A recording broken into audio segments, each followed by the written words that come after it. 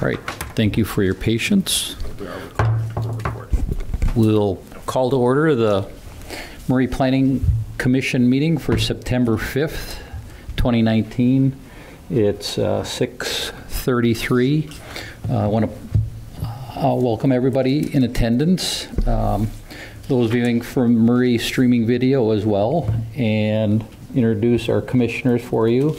To your right, Travis Ney, Maren Patterson, Phil Markham, myself, Ned Hacker, Lisa Wilson, and excused tonight are Commissioners Scott Woodbury and Lisa Molkevich.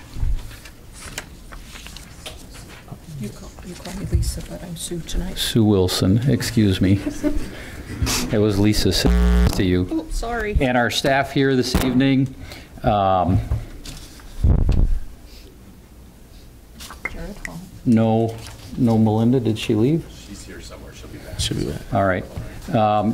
Jim McNulty here in front, Jared Hall, Zach Smallwood, and Brian Farnsworth on the side there. So before we start, I'd like to give a couple of housekeeping rules. I'd ask that you be respectful of everybody in participating this evening. If you have a telephone or electronic device, to silence it. Make sure that I've done that same.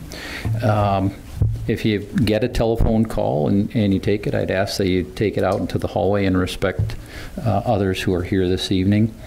And if you'd like to make a comment during the public comment periods that we'll have, limit your comments to 3 minutes if you're speaking for yourself and 5 minutes if you're speaking for a group. So first agenda item is approval of the minutes from the Murray Planning Commission meeting held August 15th. And I asked commissioners if you had opportunity to read those and if you have comments, or I'll entertain a motion. Mr. Chair, I'll make a motion that we approve the minutes from the Thursday, August 15, 2019 meeting as written. All right, I have a motion. Is there a second? I'll second. Any discussion?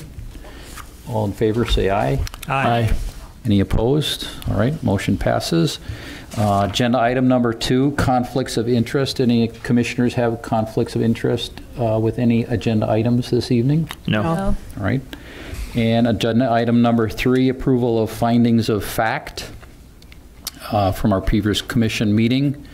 Have all commissioners had opportunity to read the findings of fact? There have 5 of those. Yes. Yes. And any comments regarding them?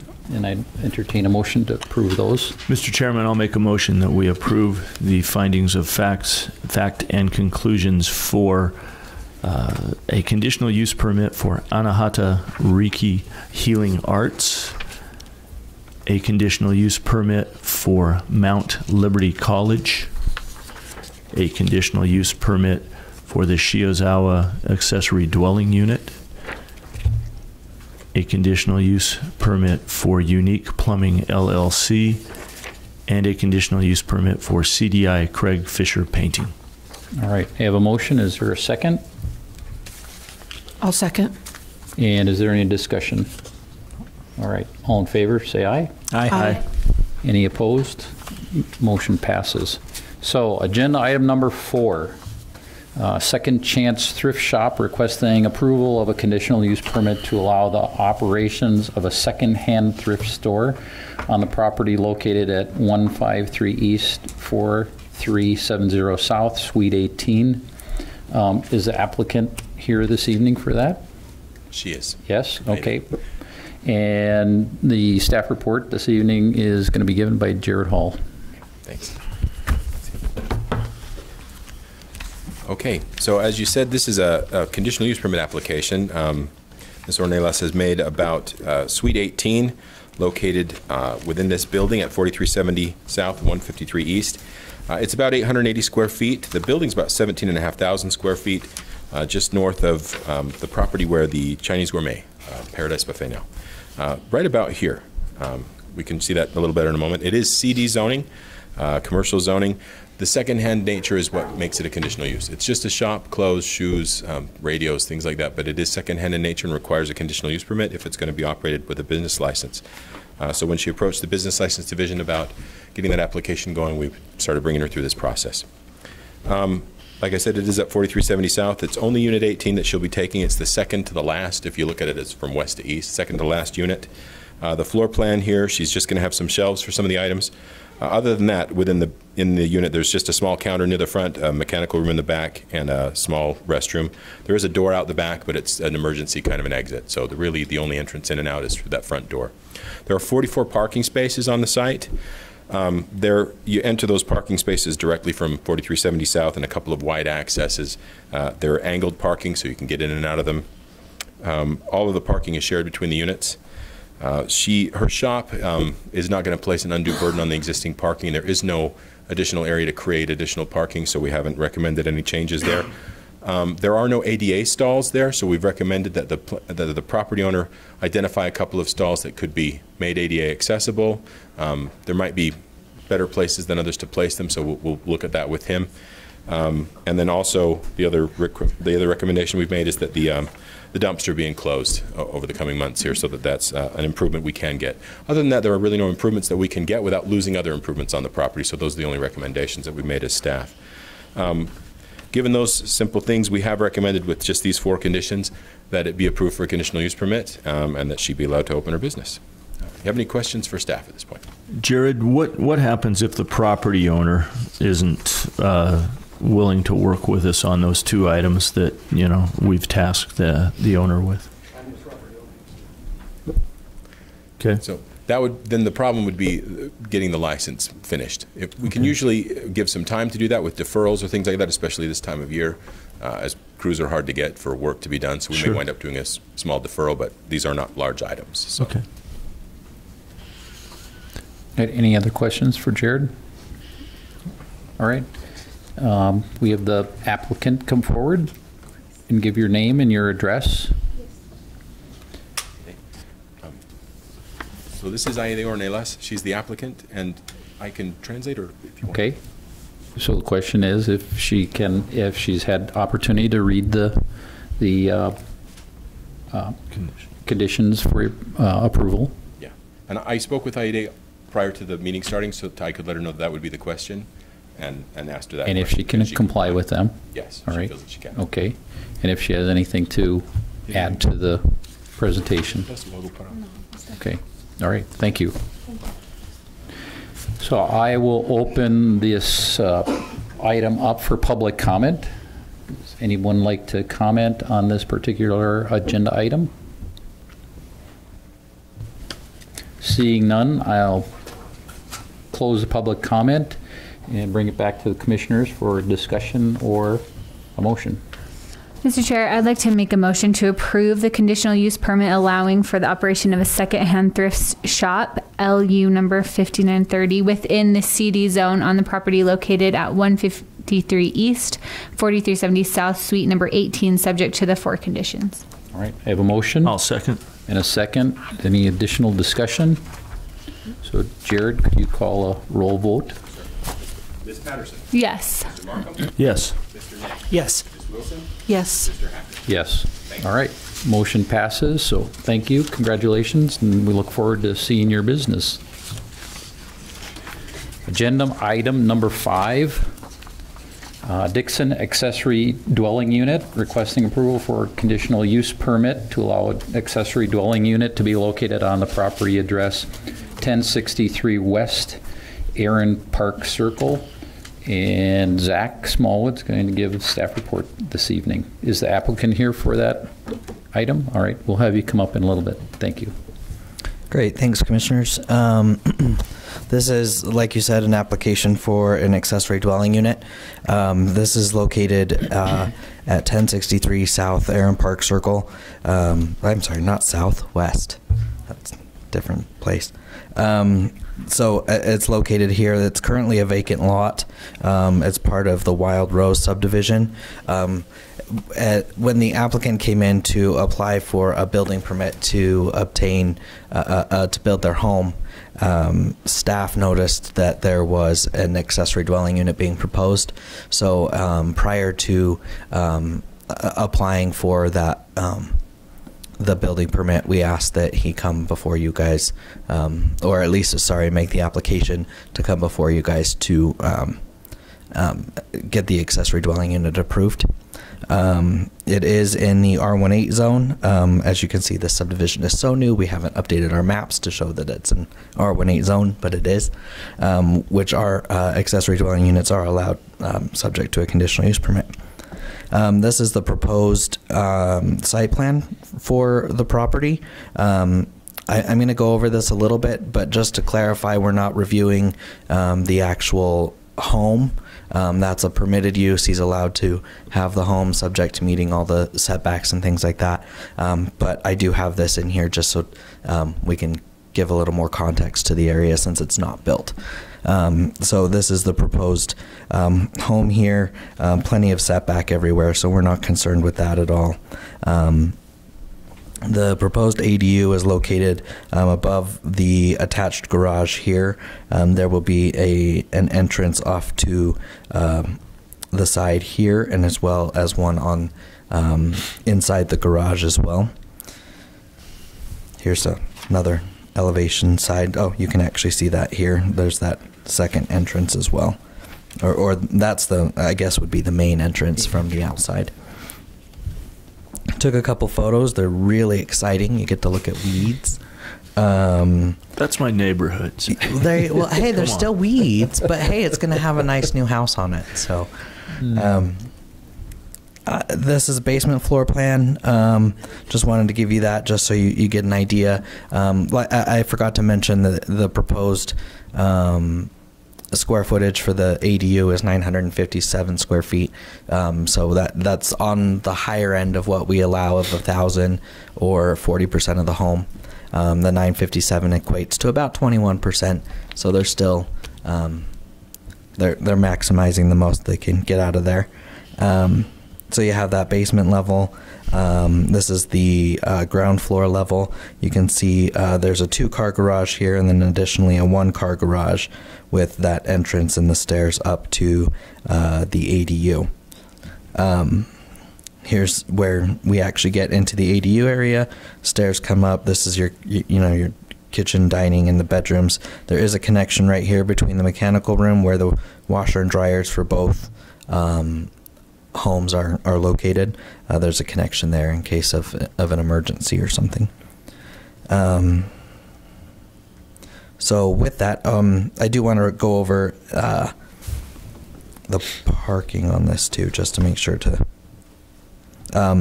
even though it's not there currently, there is a driveway here that would allow for an additional space as well.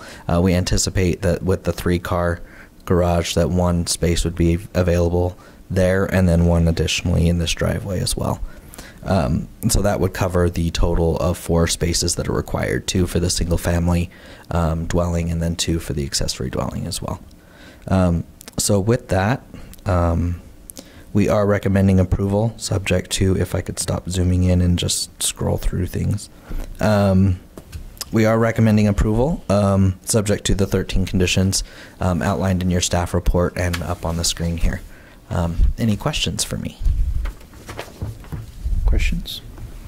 All right. Cool. Thank you. Thanks. Would the applicant come forward and state your name and your address for the record? Hi, Andy Dixon, 235 East, 6790 South, Midvale, and have you had an opportunity to review the 13 conditions for approval? yes. And are you able to comply with those? Yeah, I don't see any problems yet. And do you have anything in addition that you'd like to present regarding the staff report? No, I don't think so. All right. Okay. Thank you very much. Yeah, thank you. So I will open this agenda item for public comment. Any public comment on this particular item? Seeing none, I'll close public comment and bring it back to the commissioners for discussion or a motion. Mr. Chair, I'd like to make a motion to approve the conditional use permit to allow the accessory dwelling unit at the property addressed 1063 West Aaron Park Circle, subject to the 13 conditions. All right, I have a motion. Is there a second? I'll second. Motion is second. Any other discussion? Can I just say one thing before Yes. we vote? I'm happy that we have 13 standardized conditions. It's nice to see that we've worked to that point.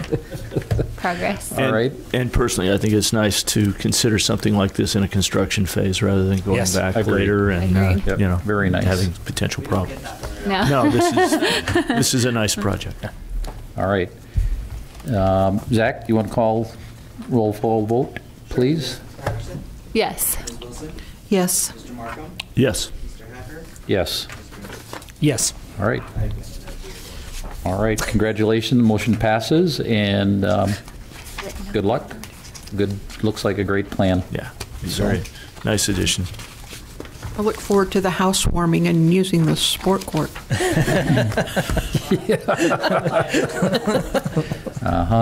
Phil and I will be over.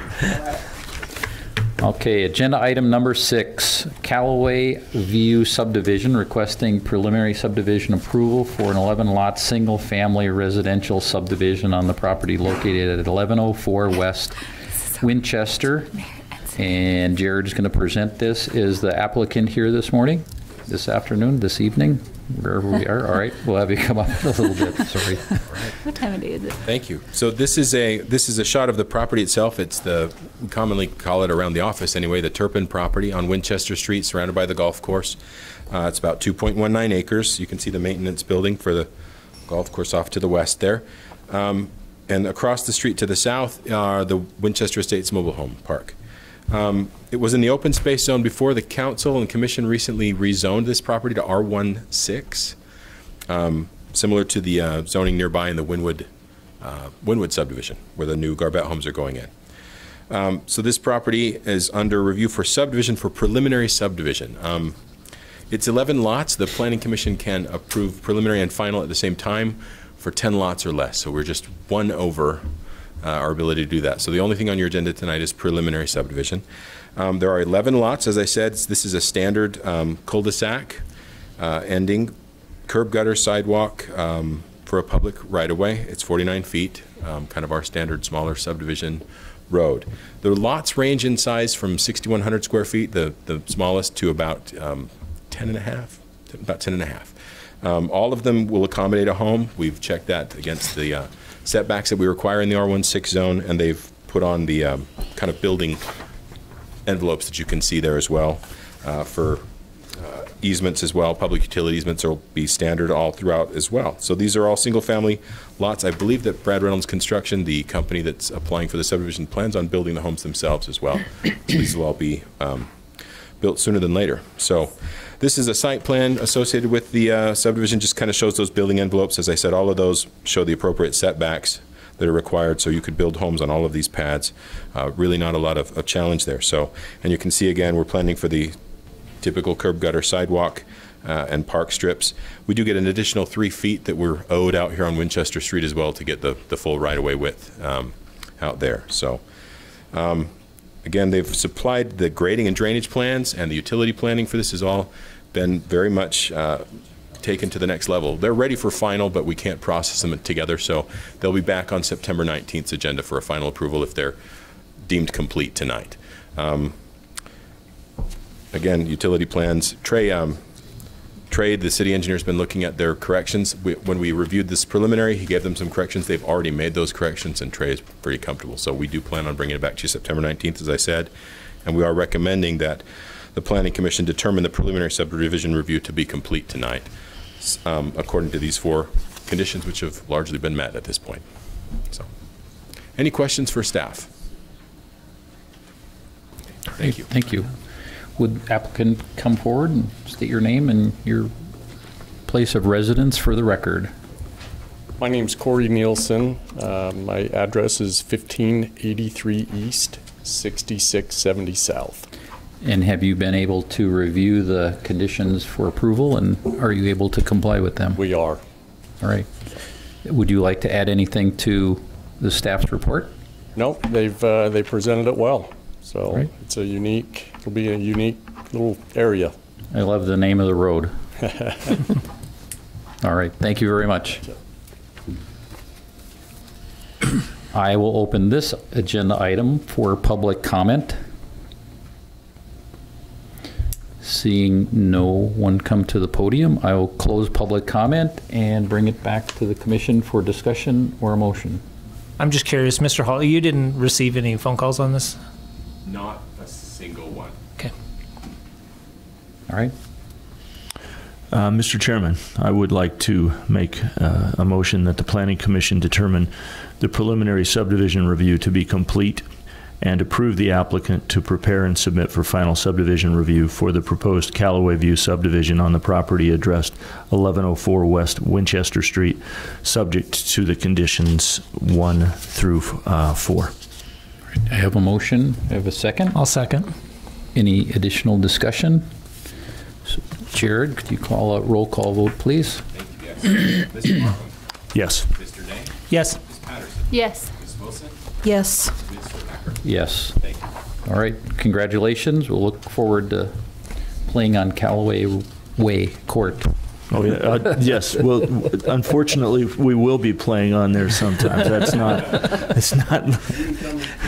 Yeah. Thank you very much. All right. Agenda item number 7, Fire Station 81 subdivision requesting approval of a 2-lot commercial subdivision to accommodate Fire Station 81 at the address 4850 South Box Elder Street. And Jim McNulty is going to give a staff report. Thank you, Commissioner Hacker. So the address is approximately 4850 South Box Elder. The property owner is the Redevelopment Agency of Murray City, and the applicant is Think Architecture. Corey Solom with Think is here tonight to represent this request. So with the overhead, you can see the property to the left, and I'll do the little. How are you doing that, Zach? Are we using the stylus to do that? No. Okay. This is my first time using this particular one. Oh. Oh. Okay. Yeah. Wow. You know what? I'm sorry. Anyways, we'll move on. I'm sorry. So the property in question is on the southwest corner of 4800 South and Box Elder Street. Our current new Fire Station 81 is under construction on that site. As you can see, it's come a long way since it broke ground last year. They're hoping to have that complete in mid-December, and that will allow us to gain occupancy and move some of the fire personnel into the building. And so we're working towards that date at this point in time. You can see the map to the right is our zoning layer. We're in the Murray City Center District zone, this particular property. Planning Commission probably recalls the process, the site plan review, and certificate of appropriateness review, as well as the design review of the fire station, which I'm remembering now, Mr. Solom did the design for that fire station with Think Architecture, and it's turning out quite nice. So this is the subdivision plat before you. There's not a whole lot to see here. Again, it's a commercial subdivision of 2 lots and a parcel. So lot 1 is 1.81 acres in size, and lot 2 is approximately 0.79 acres in size. And then the parcel A is 0.057 or 2,500 square feet in size, where we will be relocating a 100-foot monopole, a cell tower. And the Planning Commission may recall on December 6th of last year that conditional use was granted to American Tower to allow them for that cell tower relocation. So that's the only one in the MCCD zone, which is just under 100 acres in size. It's limited to that one monopole in that zoning district. This is the topography of the site. You can kind of see the layout of from a top view. It's a site plan, but also shows topo. You can see the top view or the footprint of the fire station. And then you can see some of the topo for the remainder of the property. So there is some grade that goes from east to west with this property, and some of those items are being addressed with the future development of Parcel A for the cell tower location, as well as Think Architecture. They'll come before you at a later date to do a site plan and certificate of appropriateness, showing you how they're going to accommodate a building design to meet on that site. Right now they're talking about including a parking deck so they can park a 3-story building, which could be similar in size to the Hamlet Homes building across the street. So the recommendation and conditions are before you. We are recommending approval of both the preliminary and the final plat in this case because we recently amended Title 16 allowing that for up to 10 lots. In this case, we have 2 lots, commercial lots in this case, and a parcel A that the city will own and lease the pad to American Tower for the cell tower. One of the conditions, it was brought to my attention shortly before we started, it's a little bit boilerplate and we need to remove it. If you go to condition number 6, it says the project shall meet all Murray Water and Sewer Department requirements and shall loop the water system, providing for redundancy. This is not a residential subdivision. This is not something that we need to take into account for this situation. It's commercial. The utilities are there. You know, a bunch of that stuff's been run for the fire station, and they're available right for them to connect into on Box Elder for the future development of Lot 2.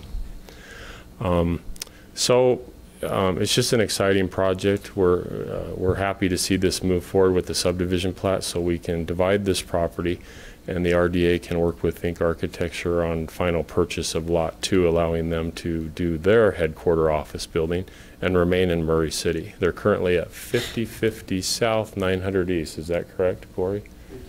Oh, I was, okay. Very close, 5150. And they want to remain in Murray, which is exciting. Any comments or any questions by the Planning Commission on this one?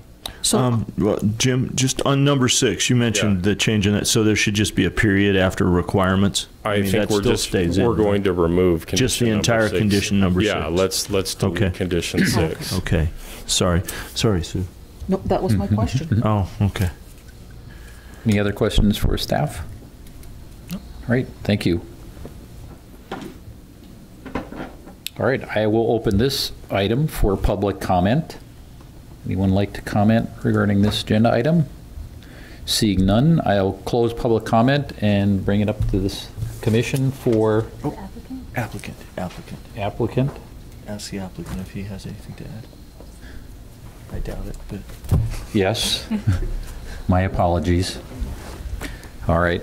I came all this way to see. I know, and your hand is full of paper, so... Right. No, actually, I just wanted to reconfirm. My name is Corey Solom, Think Architecture, 5151 South, 900 East. I am I'm here representing the Murray City RDA on this parcel. We just wanted to reiterate that we've read all the other recommendations, and I went through those with the RDA, and I think we can meet all those conditions with the exception of number 6, which is just an exception. So with that, I don't have anything else to add unless you have questions for me. Any questions for... I mean, we can't hold you to this or that, but I'm just curious how quickly you would move to build a new building on the lot. Yes, just to reiterate our intent, this has actually been kind of a long process. We had actually hoped to have this cell tower moved earlier or reiterated, and it's just taken us a little bit of time to work through that and the plat. So now that we have a building footprint and a pad that we can purchase or work with the RDA to purchase, then I can finish up my design work. So I had preliminary drawings kind of done, but I have to redo them. So sure. Well, all right, it's our plan to be working on it to be ready to go in spring. Awesome, thank you. All right, thank you very much. All right, any other discussion by commissioners? I will entertain a motion. Okay. I'd like to make a motion that we grant preliminary and final subdivision approval for the proposed Fire Station 81 subdivision located on the property addressed 5850 South Box Elder Street, subject to conditions 1 through 7, with 6 being stricken from the record. Question on the motion. Just the clarification for the address, it's 4850.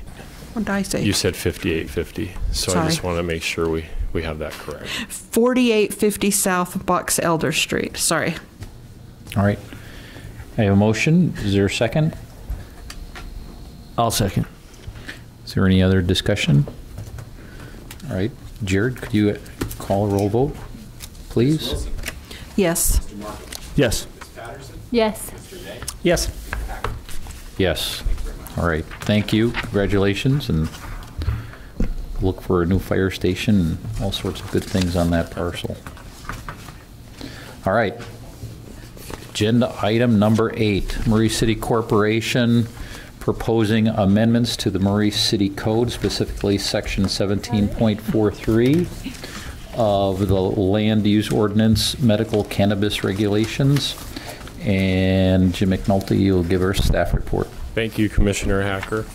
As we spoke about earlier, it's a new section or new chapter to our land use ordinance, proposed Chapter 1743, which would be medical cannabis regulations. I just wanted to go through some of the state code requirements, and then we can have a little bit of discussion at the end. So medical cannabis regulations, the Utah legislature has passed statutes that require municipalities to allow for cannabis production establishments and medical cannabis pharmacies. We believe that Chapter 1743 has been designed to meet the requirements as outlined in state code. So the first is the cannabis production establishment.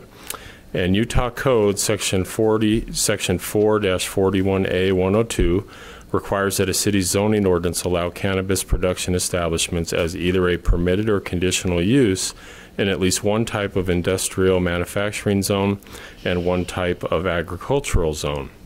There are distance and other operational requirements mandated or allowed under state statute. A cannabis production establishment may not be located within 1,000 feet of a community location, such as public or private school, church, public library, public playground, or park, or within 600 feet of an area zoned primary residential. Then the second part is the medical cannabis pharmacies. Utah Code Section 2661A 102 requires that medical cannabis pharmacies be allowed as permitted uses in all zoning districts within the city, with the exception of those districts which are primarily residential. Medical cannabis pharmacies may not be located within 600 feet of a community location, such as public or private school, church, public library, public playground, or park, or within 600 feet of an area zoned primarily residential. State law specifically allows the city to enact an ordinance that governs the time, place, or manner of a medical cannabis pharmacy. Now, I want to go through a couple maps. We worked with our GIS department to create these maps. I'll go through it. It's a little more difficult to see when it's not a full-size 24 by 36 map on the overhead, but you can see for a cannabis production area within Murray City, it's limited. So the area clouded in rose, and there's some different colors because that rose color is going over the existing zoning layer, but that's the residential buffer area that it has to be, the 600 feet from, and you can see that's huge throughout the city. So there's a lot of areas where this use can't go. And then the community buffer, churches, schools, libraries, you can see there's a lot of that where it has to be 1,000 feet away. But you can see in the northwestern and part of the northern part of the city, as well as the south part of the city, when you get south towards Winchester and the I-15 belt route in those areas, there is some availability through the MG, the manufacturing general zone within our city. So there is some availability. It is limited based on state statute and the requirements of how far you have to be from a residential use and how far you have to be from a community use or buffer, such as a school or church or public place. And then the cannabis pharmacy area limits throughout the city. The community and residential buffers, they're a little bit less restrictive, so they're both the same. The residential buffer is 600 feet to a cannabis pharmacy, and the community buffer is 600 feet. So that one's different. That one's 600 rather than 1,000. You can see it's limiting. It's kind of the same area as we get into that 45th South area, both east and west of I-15. Kind of in the middle of the city, there might be a few locations, and then as we work our way south towards the belt route and some of those other areas, there would be some other availability within Murray City. So as far as the findings go, with any text amendment or rezone or things of that nature, we do make findings, and we generally do that in all of our reports. So we believe the proposed text amendments are consistent with Utah Code Section 4-41A-102. We believe the proposed text amendments are consistent also with Utah Code Section 2661A-102. The proposed text amendments are consistent with the purpose of Title 17, which is Murray City, our land use ordinance, where we'd be putting this title in. It would be Chapter 17.43. And we believe the proposed text amendments are consistent with the goals and policies of the Murray City General Plan. And staff recommends that the Planning Commission forward a recommendation of approval to the City Council for the proposed ordinance amendment or ordinance enacting Chapter 1743, medical cannabis regulations within the Murray City Municipal Code. And with that, I'll leave it open for questions of the Planning Commission, of staff. Any questions from commissioners? I think I asked everything in pre-meeting. Yeah. All right. I guess I'll go with a few. So if we get into the standards on 17.43.030, item number B, I just wonder if we could talk about a couple of them for the pharmacies. So we talk about the outdoor seating areas are prohibited. I assume that that's for consumption. I mean, are we saying that we wouldn't want to have public benches in this area, street improvements, anything that might... So this is a little bit different with these standards. In 1743.030, we have them both for production and for medical pharmacies. This language is right out of state code. It is out of state code. So this is mandated by state code. Okay. So we've just that's what we've put in. Okay. So I won't ask you any more questions on it question. then. Yeah. Yep. Any other commissioners' questions? I think it's really well done. All right, thank you. All right, I'll open this agenda item up for public comment. Anyone have comment? Come forward, state your name and address for the record. So my name's Alex Orge. I'm part of Wholesome Ag. Do you want our business address, my home address? Home address is good. Okay, 2810 South Asbury Lane in West Valley City. So we sent a letter. We truly appreciated Melinda giving us the chance to review the ordinance. We provided you some thoughts on how this would impact our business. We have identified a location on Cherry Street that we're interested in. And I think our thoughts were pretty concise. I know it was shared with you. We would hope to be able to move forward in a more expeditious timeline than what's been outlined. I also understand that might not be the decision of this body, but in an effort to be transparent and be partners in this process, we wanted to introduce ourselves. I'm one of the partners. I primarily deal with compliance with laws and regulation, also government affairs, and I wanted to give you a chance to ask me any questions. We provided our bios and our request by email, and happy to answer any questions. One thing I would note is that there was announced today a special session that will take place in the legislature in a couple weeks, which could significantly change the bill. We've seen in other states that these state laws are constantly under scrutiny, being changed. This is a new industry. It's a divisive industry. It's a industry that is under a lot of scrutiny. We don't know for sure what's going to come out of this, but we do have some expectations. Some of them may. I've never seen the law that they're drafting. It may interfere with the ordinance from the city. One of our requests was for the body to delay implementation of this until they've seen some of the progress of this law. Yeah, I mean, primarily our goal today was to introduce ourselves. Wholesome Ag, the other partners couldn't be here. They're busy. Some are out of town. Some are at football practice. I've been designated to come, and I'm more than happy to answer any questions you might have. And mostly I wanted to thank you for your transparency and allowing us to be involved in the process. Thank you. And thank you for your bios and your information that you provided to the commission. All right.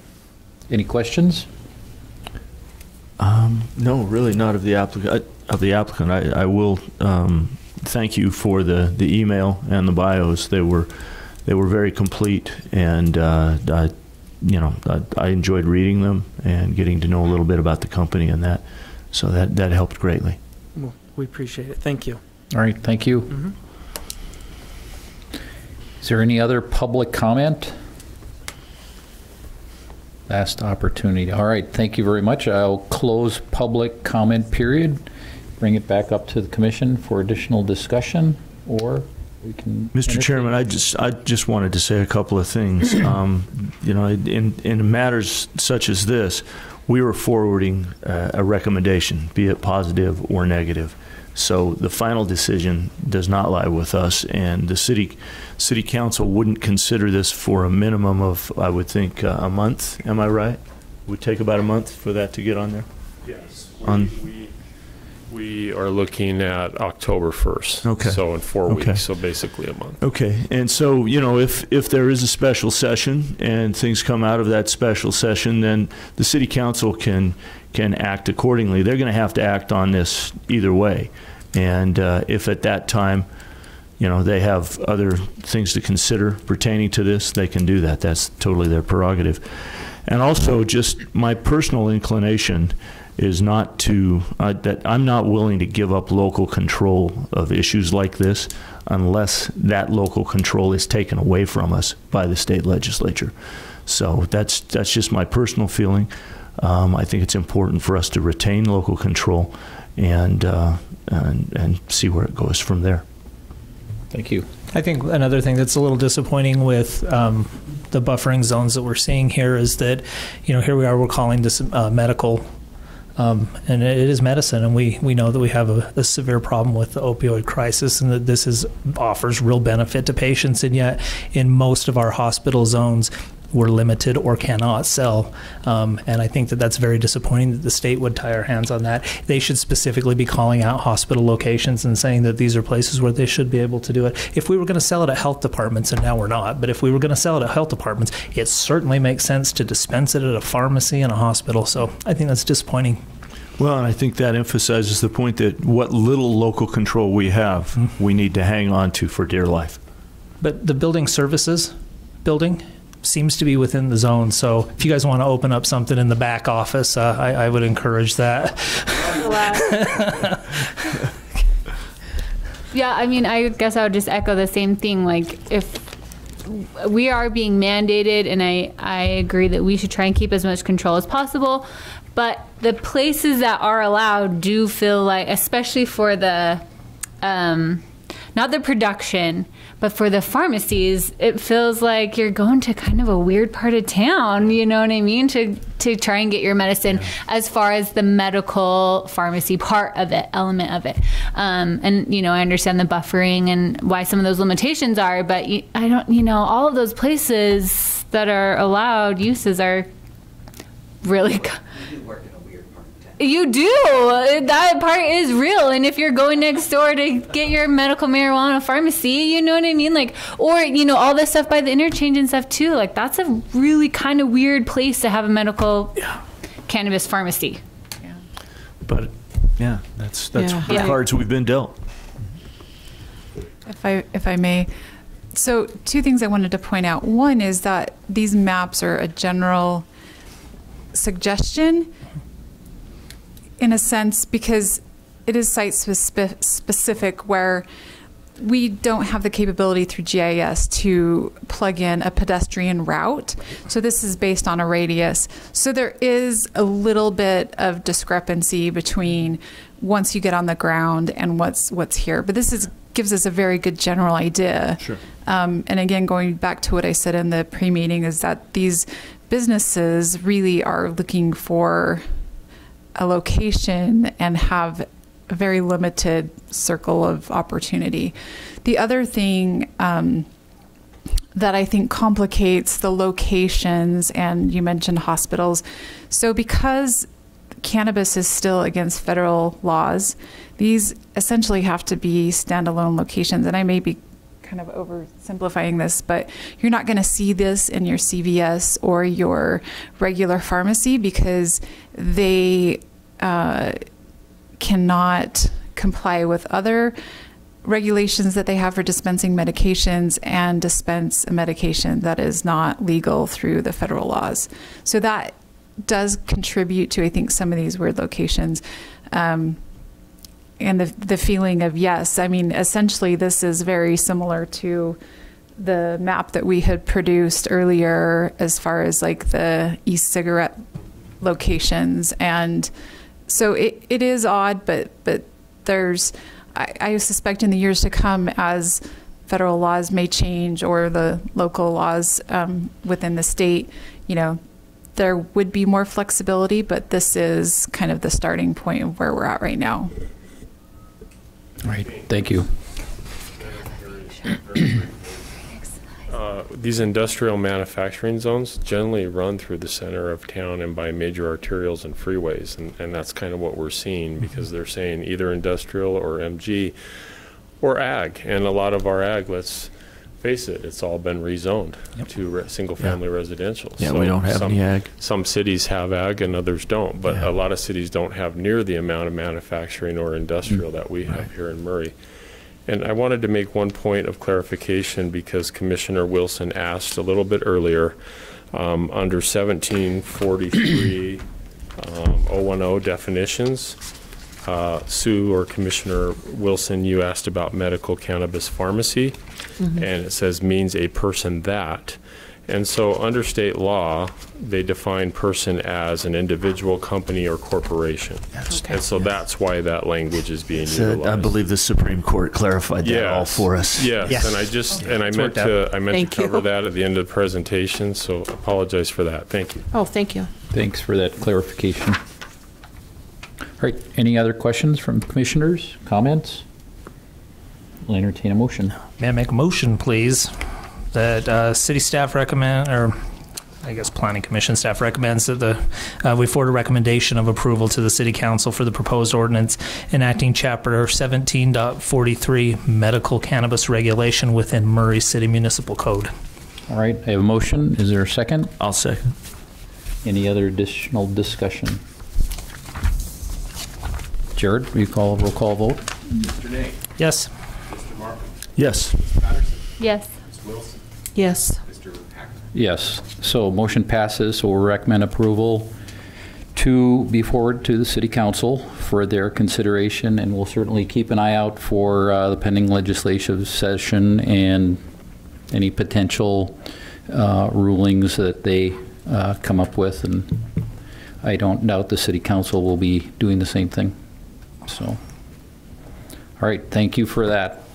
Is there any other business this evening from staff, commissioners? Yeah, just a quick thing. So you should have gotten an email from Susan probably today sometime about an October 24th training. As part of that, I've been talking to Jared and Melinda a little bit as well about looking at our packets a little bit more. And so what I would task you guys to do between now and the 24th is really kind of be cognizant, kind of do a meta thing where you kind of where you kind of look at what you're using, what you're not using in the packet, what's beneficial, just so that we'll come up with some ideas as well. But maybe I think around the 3rd of October, that meeting, I'm going to kind of ask for your guys' input and maybe have a little discussion item on it, just to kind of get some ideas of how we can go forward and clean that up. Ideally, I would like to, this is just a kind of a personal thing, I'd like to eventually get those packets online so that the public can see those as well. A lot of cities do that currently. Yes. And so, but as they sit now, there's some protected information in there that we wouldn't necessarily want to give out. So, but just kind of keep an eye out on what you see, what you use, what you don't use, any suggestions, and we'll kind of go from there. You can give them the business. Yes, you can give. Yes, please. Oh, plan on the business. Yes, for sure. So, other than that, I don't have anything. I don't know if Jared or Melinda have anything, or Jim either. All right, anything from the commissioners? No.